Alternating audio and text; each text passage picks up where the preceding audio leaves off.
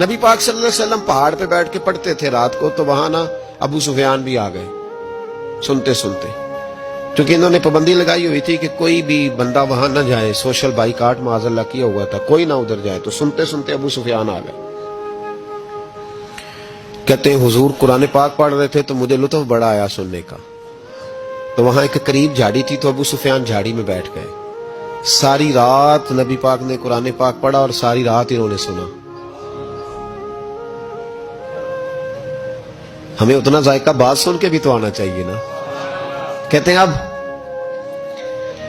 مجھے نہیں پتا تھا کہ اخنس بن شریک بھی کہیں آیا ہوا ہے، اس نے بھی وہی بھی یہ دیکھنے آیا کہ کہیں کوئی وہاں آیا ہوا تو نہیں، وہ بھی کسی کونے میں جھاڑی میں بیٹھ گیا۔ حضور قرآن پاک کی تلاوت فرماتے رہے، وہ ساری رات سنتا رہا۔ ادھر سے کہیں ابو جال بھی آ گیا، پتھر دل تھا، پر میرے مصطفیٰ قرآن پڑھتے تھے تو کان اس کے بھی کھڑے ہو جایا کرتے تھے۔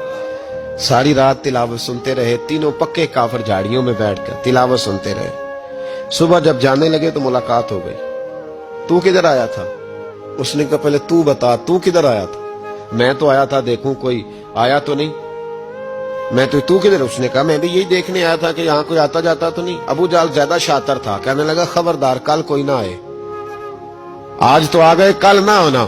اللہ اکبر۔ لیکن جہاں دل لگا ہوتا ہے نا وہاں دل کھینچا چلا جاتا ہے، دل جہاں لگ جاتا ہے نا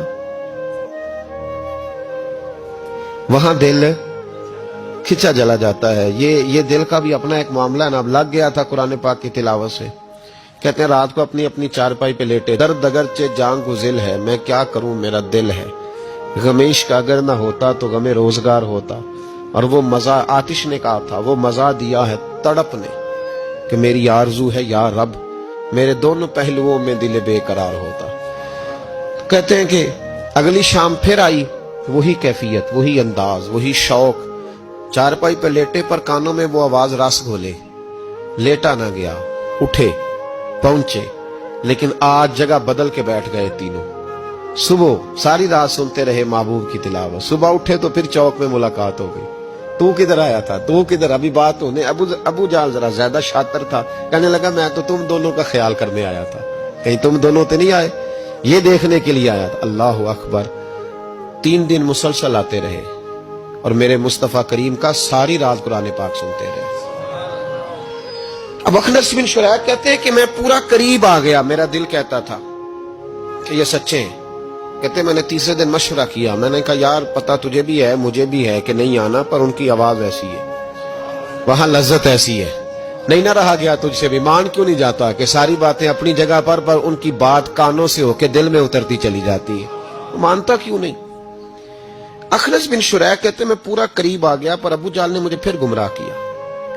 کہنے لگا یار یہیں رہے ہیں، بچپن بھی یہیں گزارا ہے، معاذ اللہ 2 ہاتھ ہیں 2 آنکھیں ہیں، سارا کچھ وہی ہے، کان پٹیاں سفید ہوئی ہیں، تو کہتے میں اللہ کا نبی ہوں معاذ اللہ۔ اس نے وسوسہ اندوزی کی، تو کہتے میں پھر بیک ہو گیا۔